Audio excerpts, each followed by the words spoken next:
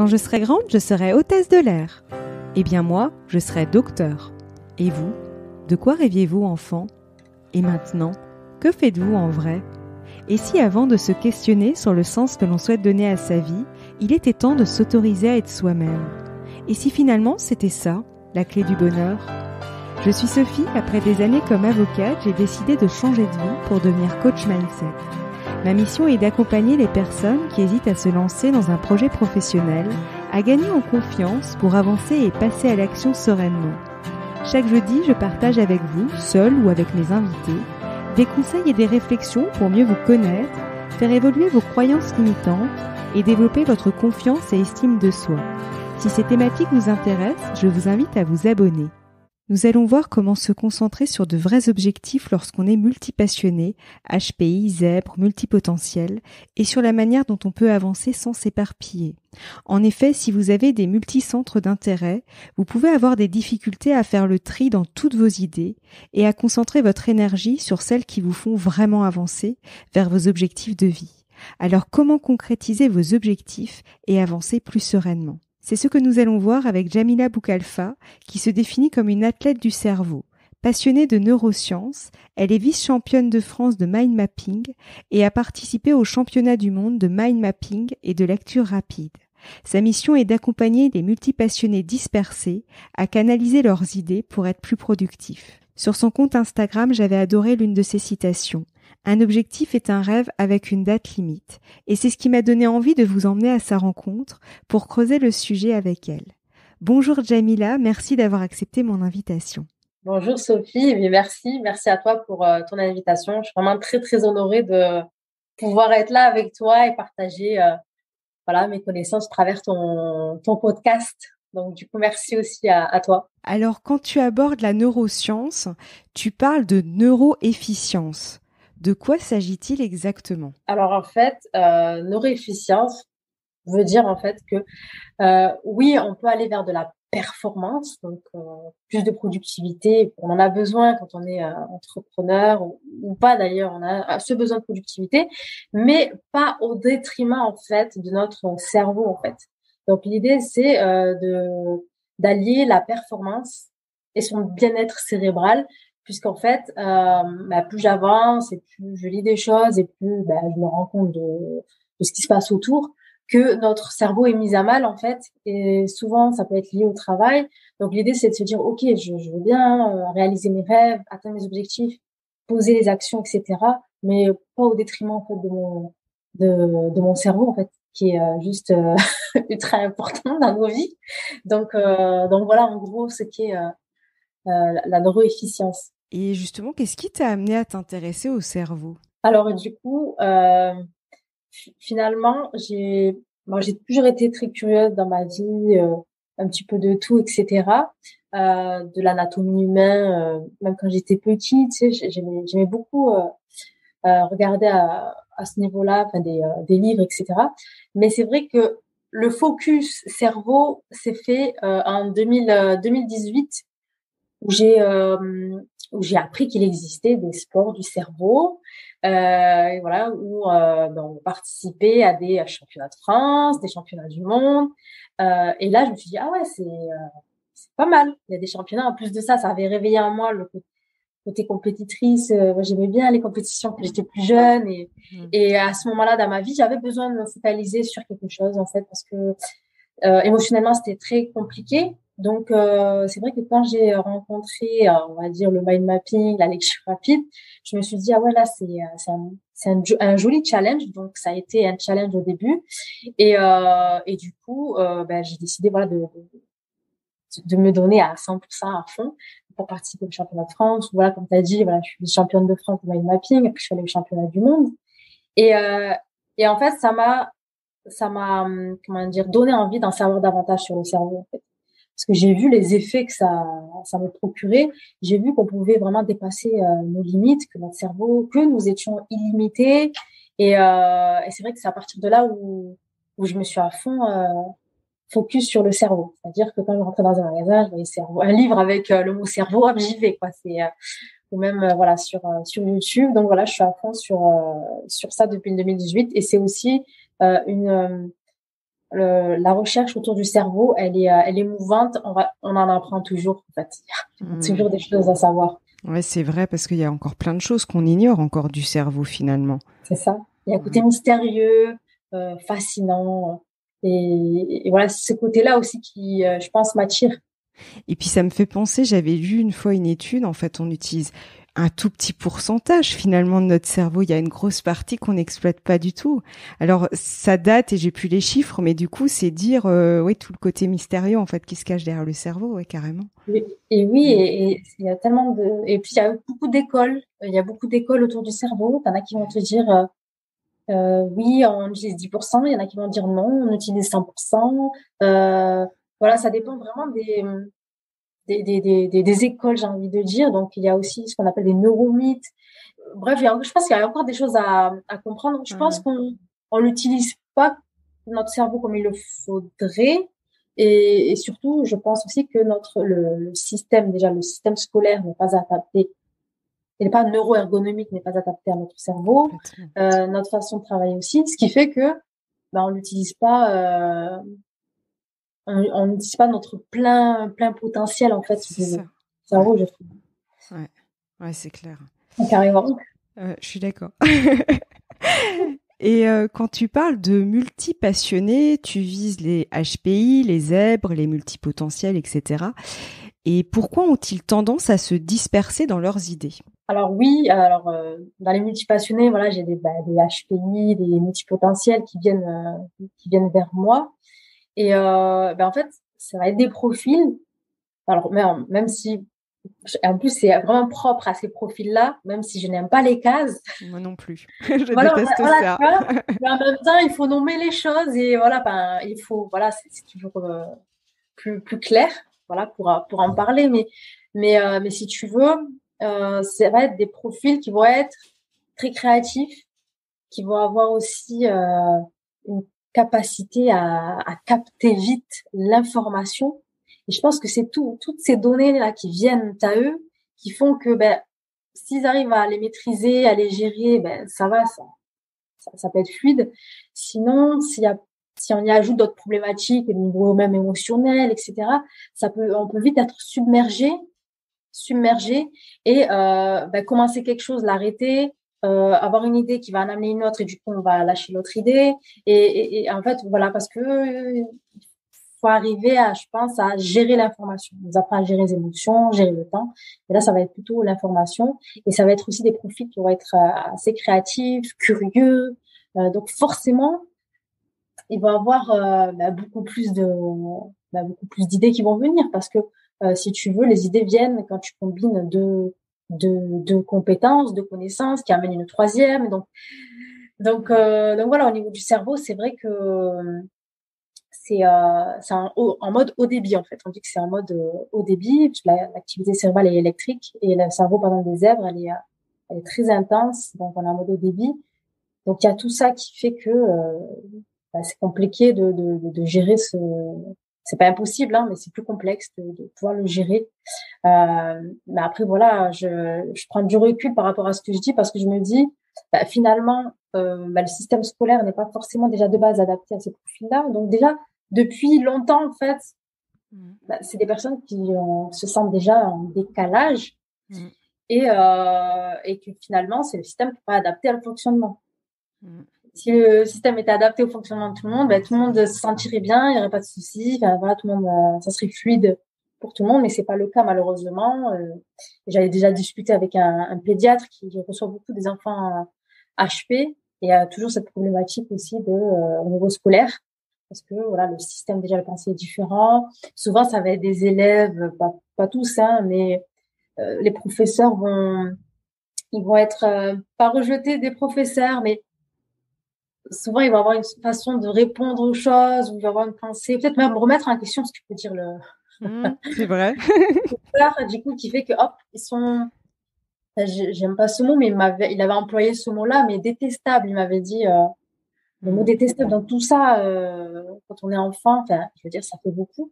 Donc, finalement, c'est comment on nous apprend les choses, le système, la société, qui est pas forcément adapté à notre cerveau, en fait. Ouais, c'est ça, ouais, tout à fait. Et justement, tu en as un petit peu parlé, mais est-ce que justement leur fonctionnement peut expliquer qu'ils peuvent se sentir en décalage avec les autres? Oui, oui, parce que c'est ce qui revient à chaque fois quand j'ai des personnes qui viennent vers moi. J'ai carrément une maîtresse d'école qui a compris avec le temps qu'elle avait un système de pensée qui était plutôt en arborescence que séquencé, parce que le système scolaire est séquencé, tout est séquencé. Et elle m'a dit clairement qu'elle des fois elle pouvait se sentir bête quand quand, quand elle voyait son système de pensée à elle qui n'était pas qui ne correspondait pas à celui attendu. Donc oui, donc un sentiment de décalage aussi. Donc oui, c'est une réalité. Après c'est arriver à dépasser ça. Mais oui, mais ce sentiment de décalage, c'est quelque chose qui revient souvent voilà, d'après ce qui me vient. Et ce qui me vient juste là, du coup, je le partage avec toi, c'est aussi ce côté, aussi cette incompréhension qu'on peut avoir, parce que comme dans notre fonctionnement, on est peut-être différent que les autres, mais quand on se connaît pas très bien, enfin en tout cas c'est moi ce que j'ai remarqué dans mon propre cheminement. En fait, on est entouré de personnes qui ne sont pas forcément qui fonctionnent pas forcément comme nous. Alors c'est pas une histoire d'être clivant, hein, c'est pas du tout ce que je suis en Oui, train de dire parce que c'est pas le but et de nouveau je déteste ça, mais oui, simplement ce que j'ai remarqué quand tu ne te connais pas bien, tu connais pas bien ton fonctionnement, bah il va se passer qu'autour de toi tu auras des gens qui fonctionnent effectivement pas comme toi et du coup en fait généralement quand ils fonctionnent pas comme toi, tu vas dire c'est moi le problème. En tout cas moi c'est quelque chose que j'ai vécu et c'est ce qui me vient là et je me dis du coup il y a cette incompréhension aussi parce qu'on se dit mais mince, je suis pas compris en fait. Et donc j'ai un Mmh. problème aussi. Enfin, tu vois, Un cercle vicieux après. ouais, Si on n'arrive pas, oui, si on ne se connaît pas suffisamment, oui, on peut se dire, ah je suis le problème. Et donc, du coup, on rentre ouais, dans un cercle vicieux compliqué qui peut, ben, souvent, enfin, de ce que j'ai pu lire, hein, les hauts potentiels peuvent au niveau du burn-out, ça peut aller plus vite d'accord. aussi, le burn-out, mais aussi au niveau des relations sociales, il peut y avoir peut y avoir des difficultés, justement par le fait que c'est des personnes qui vont capter vite Mm. l'information. Et des fois, ça va peut-être un peu trop vite pour la personne qui est en face. En fait. C'est ça. Ouais, mais c'est vrai. Euh, mais quand on le sait pas, c'est compliqué. Donc Ouais. c'est vrai que ouais, apprendre à se connaître, Mm. c'est important. Et aussi de se dire, et j'ai lu un livre dessus et ça me parle, c'est qu'il y a autant de personnes zèbres au potentiel qu'il y a de formes d'art sur Terre. C'est-à-dire Mm. que c'est pas des personnes qui sont des clones non plus, qui ont les mêmes caractéristiques, etc. Il y a un Mm. fonctionnement qui est semblable, Mm. qui est similaire, mais ça reste des personnes qui ont leur sensibilité, Mm. qui sont différentes. C'est plutôt positif d'ailleurs, ça. Bah oui, c'est ça. Ouais, Non, mais ouais, oui. ouais. Des fois, il y en a qui rentrent dans la case aussi. C'est Peut être ça. la problématique. C'est non, mais en fait, je peux pas parce que je suis comme ça. Je suis. Ouais. Ouais. Ouais, Et mais on on le peut pas non voit, plus. ça. Ouais. Ah On le oui. voit beaucoup et ça, c'est dommage aussi parce que du coup, c'est là où justement, moi, j'aime pas les étiquettes parce qu'en fait, ça t'enferme, en fait. Et du coup, Exactement. tu t'identifies à ça et du coup, tu ne te laisses pas la possibilité de prendre un peu de hauteur sur les situations que tu peux vivre, etc. parce que t'es dedans. Donc, tu dis, je suis comme ça. Donc, tu t'identifies à ça et c'est ça aussi le danger, en fait, justement, de ces étiquettes. C'est comme Exact. l'hypersensibilité. C'est pareil. Quand on dit je suis hypersensible, c'est pareil. Exactement. Mm. Ouais. Exactement. Donc, Ouais. je suis tout à fait d'accord avec toi. Mm. Savoir se comprendre, se connaître. Ouais. Oui, donc on met des mots dessus, c'est ok. Après, prendre du recul aussi face à C'est ça. ça. Voilà, le comprendre, l'accepter, parce qu'il y a aussi c'est difficile pour les personnes souvent de comprendre qu'ils sont potentiels. Hein, mais pas, il y en a qui le vivent Ouais, très exact. bien. Il y a tout Ouais. un travail d'acceptation. Une fois que c'est accepté, Mm. bah, c'est OK.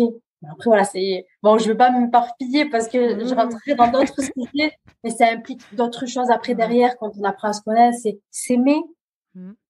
s'aimer tel que l'on est, gagner en estime, parce que si on s'est senti en décalage, il faut savoir que l'estime de soi, elle a dû prendre un sacré coup. Donc, Mm. travailler aussi sur ces notions-là pour avancer au mieux. C'est vraiment, pour moi, c'est indispensable quand même de travailler sur ça une fois qu'on s'est compris, etc., pour avancer plus sereinement. Enfin, dans tous les cas, c'est toujours bien d'avoir de l'estime de soi, mais il faut savoir que de par la spécificité Mm. de la personne, Si elle s'est sentie en décalage, forcément, il y a des moments où elle a dû se sentir assez peu estimée, ou voilà, elle a la faute toujours sur elle, et etc., etc. Ouais, complètement. Et dans ce flot d'idées, justement, on peut parfois tomber dans une vie plus fantasmée que réellement vécue. Et justement, pourquoi, quand on a ce type de profil, justement, on peut avoir des difficultés à se concentrer sur de vrais objectifs? Alors déjà, il y a un côté rêveur ça me renvoie au côté rêveur dans la question. Après, ça dépend des profils aussi des personnes. Le truc, c'est que c'est une histoire de passage à l'action après aussi. C'est-à-dire que après, voilà, ce que tu dis là, ça peut toucher beaucoup de personnes, le fait d'avoir beaucoup d'idées, de vouloir mettre en place des projets, mais de pas le faire. Là, c'est le passage à l'action qui va faire vraiment la différence. Donc, est-ce qu'il faut de la confiance en soi? Pas forcément, mais voilà, avoir un certain mindset, c'est vraiment vraiment très important. Ce mindset de se dire j'y vais, si ça marche pas, c'est pas grave, je recommencerai autrement. Donc là, on est vraiment sur un travail au niveau, je trouve, au niveau du mindset à travailler, parce que ça se travaille, et on peut le voir, tu sais, avec des athlètes, tu sais, doivent avoir tout plein d'objectifs, etc. Mais ils sont souvent accompagnés d'un coach mental, par exemple, pour pouvoir atteindre l'objectif en fait qui s'était fixé dans leur tête, pour le voir dans la matière en fait. Donc là, je dirais que c'est une question de mindset en fait. Ouais, exactement. Après, pour la concentration, actuellement, c'est un gros challenge. Déjà, rester focus, ça fait partie des challenges à avoir, justement par rapport à notre façon de vivre. On est vraiment dans l'ère de l'information en instantané. On a beaucoup d'informations. Et si tu veux, l'information va très, très vite. Et par exemple, pour les personnes multipotentielles, multipassionnées, déjà qui captent l'information de manière très rapide, ça rajoute la rapidité à de la rapidité. Donc, faut savoir prendre du recul. Donc là, pour rester concentré sur ses vrais objectifs, en fait, il faut arriver à certains moments à se canaliser, à se recentrer sur soi, en fait, à créer. En plus, j'ai posté quelque chose dessus, c'est le silence, en fait, amener du silence un petit peu dans sa vie. C'est ça. Et c'est important, en fait, du calme. Voilà, du calme. On éteint les bruits extérieurs. Déjà, il y a les bruits à l'intérieur. Voilà. Alors, on éteint les bruits extérieurs, du coup. Alors, ça peut être se balader en nature, faire de la méditation, etc. Mais c'est vrai que pour pouvoir être concentré, c'est important pour moi de se recentrer. Ouais, c'est exactement ça. Et justement, comment peut-on faire le tri dans ces idées et savoir sur lesquelles concentrer son énergie? Parce que ça aussi, il y a des idées plus ou moins pertinentes quand on a des idées à la minute. Alors oui, il y a toujours des bonnes idées, hein. Il y a toujours des bonnes idées. Mais moi, ce que je dis souvent, c'est déjà, est-ce que toutes les idées que j'ai, est-ce que je suis déjà dans l'obligation, et est-ce que toutes les idées que j'ai sont bonnes à être réalisées? Dès que j'ai une idée, il faut que je la réalise aussi, à se poser la question, tout simplement cette question-là. Et ça permet aussi de relativiser, de se dire, en fait, non, j'ai 24 heures dans une journée. Je vais pas pouvoir tout réaliser quand ça me vient, en fait. C'est un côté quand même réaliste je pense, à avoir. Et après, se dire, OK, à partir du moment où tu as un objectif, à plus ou moins long terme, l'idée, c'est de te dire, est-ce que ce qui me vient là maintenant de suite, cette idée, est-ce qu'elle va servir mon objectif? Et là, il va falloir prendre des décisions. C'est ça. Et c'est souvent ce qui pose le plus de problèmes, justement. C'est prendre des décisions. Et ça me fait penser par rapport justement aussi au lien avec la difficulté qu'on peut avoir à prendre des décisions. C'est que parfois, en fait, on peut avoir de nouvelles idées qui émergent. Et du coup, ça va remettre en question les objectifs qu'on a pu se fixer. Ça arrive. Et justement, là, c'est la même chose pour les décisions. On peut avoir pris certaines décisions et en fait, il y a de nouvelles choses qui arrivent à l'esprit et du coup, ça fait finalement nous remettre en question les décisions qu'on a pu prendre. Et justement, comment peut-on faire pour ne pas tout remettre en question? Alors déjà, je dirais que en fait, ça dépend vraiment c'est au cas par cas par rapport à cette question parce que déjà en soi, la remise en question, ça peut être un symptôme de soit en fait ce que tu mets en place c'est peut-être pas la bonne voie pour toi pour le moment, soit la stratégie qui est mise en place elle n'est pas la bonne. Peut-être qu'il y a quelque chose dans l'objectif qu'on s'est fixé qui n'est pas aligné avec quelque chose en fait à l'intérieur de soi. Et c'est pour ça qu'on se remet en question. Et donc là, du fait que pour le coup, ça revient à ce que j'ai dit. C'est important de faire du calme, de baisser le son autour de soi pour savoir vraiment est-ce que cet objectif-là il me convient, est-ce qu'il me fait vibrer, est-ce qu'il est aligné avec moi, et pour répondre à toutes ces questions-là, parce que quand on se remet en question, c'est qu'il y a quelque chose qui coince et il faut aller le creuser et chercher. Selon les personnes, ça va être un manque de confiance en soi. D'autres, c'est que l'objectif poursuivi, c'est pas celui qu'il faudrait poursuivre ou peut-être revoir l'objectif ou du moins la stratégie pour y arriver. Mais c'est vraiment au cas par cas, en fait. Parce qu'en soi, la remise en question, c'est bien. C'est bien de se remettre en question parce que ça permet d'ajuster s'il faut ajuster ce qu'on met en place. Et, et, euh, et voilà, en fait, on a besoin aussi de ces remises en question, de faire des bilans sur ce qu'on fait tout le temps pour réajuster. Donc, je dirais que c'est vraiment au cas par cas. Mais s'il y a une remise en question, c'est qu'il y a quelque chose qui coince quelque part. Faut aller creuser. Qu'est-ce qui bloque? Et d'ailleurs, même si tu en as un petit peu parlé déjà, mais comment peut-on rester focus sur ses objectifs sans pour autant se fermer à d'autres possibilités qui pourraient se présenter sur notre chemin? Parce que ça arrive, parfois il y a justement de belles choses qui peuvent se présenter à nous auxquelles on n'aurait pas pensé il y a encore quelques semaines, quelques mois auparavant.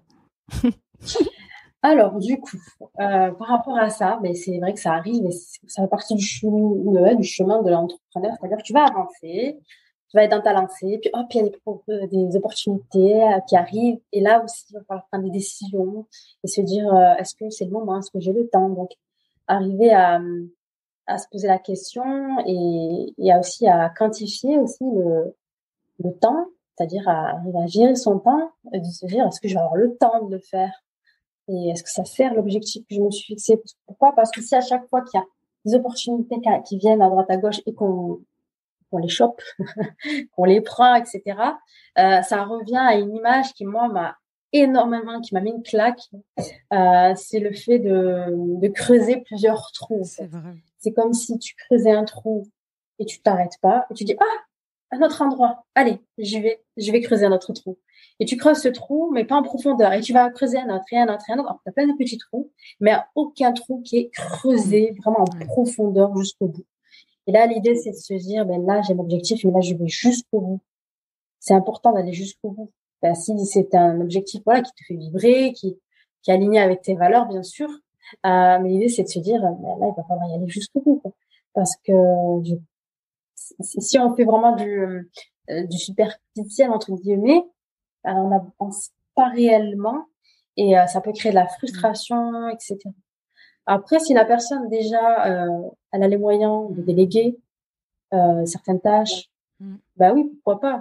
Dire quand tu as les moyens de pouvoir déléguer voilà ce que tu as envie de mettre en place pour atteindre un objectif, oui, pourquoi pas. La personne elle peut faire avoir plusieurs objectifs, mais ça implique quand même de pouvoir déléguer et d'avoir certaines ressources. Et les ressources, c'est le temps, l'argent, l'énergie. Et ça aussi, il faut le calculer. Il faut le prendre en compte plutôt. Pour connaître ses limites. Exactement. Mais en fait, ça revient aussi à l'écoute de soi. Et du coup, ça me fait faire le lien avec ce que tu disais juste avant, quand on parlait de la remise en question, qu'il y a quelque chose qui coince. Finalement, il y a aussi ce côté d'être beaucoup à l'écoute de soi, finalement. En fait, t'as le côté rationnel, t'as le mental, mais t'as aussi ce qui se passe à l'intérieur de toi qui te dit oui, non, non, oui. Enfin, tu vois, il y a un peu ça, en fait. C'est d'être à l'écoute aussi de ce qui se passe à l'intérieur de soi. Voilà, allier les deux. C'est ça. Parce qu'en fait, on est dans un monde où on est trop dans la dualité. Donc, voilà, le côté, oui, j'ai un objectif, j'y vais à fond. Et on oublie le côté intuitif, est-ce que ça me fait vibrer, etc. Mais le truc, c'est que allier les deux, c'est pour moi le combo. Le combo gagnant qui fait que tu avances plus sereinement, en fait. Ouais, complètement. Et pour terminer, quels conseils aimerais-tu donner à nos auditeurs pour avancer vers la concrétisation de leurs rêves? Alors déjà, c'est bien d'avoir des rêves, donc bravo à vous si vous avez des rêves, parce que c'est beau de Oui, rêver. c'est vrai. C'est vrai que c'est tellement beau de rêver. Du coup, les conseils que je donnerais à ces personnes, je dirais que déjà, comme je l'ai précisé, pour moi, tout part de soi. Je pense qu'on a vraiment tout en nous, les réponses à nos questions, on les a en nous-mêmes. Et donc, l'idée, c'est, premier conseil, ça serait d'apprendre à s'aimer. Voilà. Parce que quelqu'un qui est en amour avec soi, qui s'aime, est forcément productif déjà. Et quelqu'un de productif ne s'aime pas forcément, mais le fait que s'aimer permet d'être plus productif. Donc je dirais se recentrer vers soi et apprendre du coup à s'aimer, s'accorder des temps de pause, des temps de calme, des temps de silence. On en a besoin. Il y a trop de bruit à l'extérieur. Il y a trop de bruit. Il y a les réseaux sociaux, il y a les médias. Enfin, voilà, éteindre tout ça et faire du silence, c'est important tout au long même je dirais tout au long de sa vie. Hein, rien à voir avec l'entrepreneuriat forcément, mais vraiment tout au long de sa vie. Donc je conseillerais de se mettre au calme, de faire le calme en fait, aussi à l'intérieur de soi. Et de toujours faire en sorte d'apporter du plaisir, du kiff sur le chemin vers l'atteinte des rêves, parce que l'idée c'est quand même de kiffer.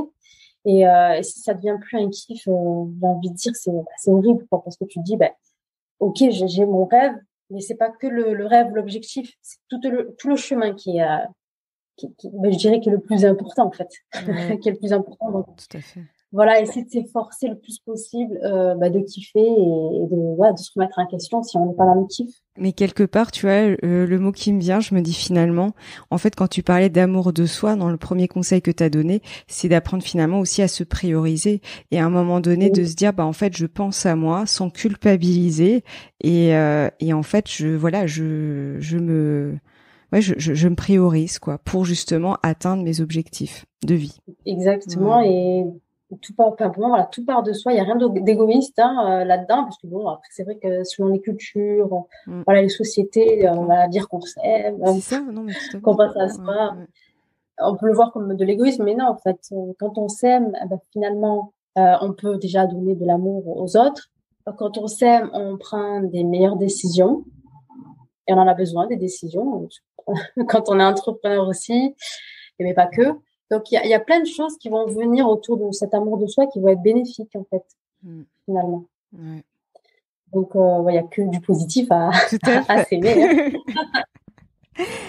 Et quel serait ton mot de la fin pour clôturer notre échange? Alors, mon mot de la fin, c'est que c'est vraiment quelque chose qui m'a impacté, en fait, parce que si tu veux, que ce soit quand on nous demande quel métier on veut faire plus tard, est-ce que tu penses que cette idée d'entreprise est la bonne, etc., etc. Ça met beaucoup de pression et puis il y a aussi tout le côté mission de vie, quelle est ta mission de vie, etc. Des fois, ça peut mettre une énorme pression parce qu'on se dit ouais, est-ce que je suis sur la mission de vie?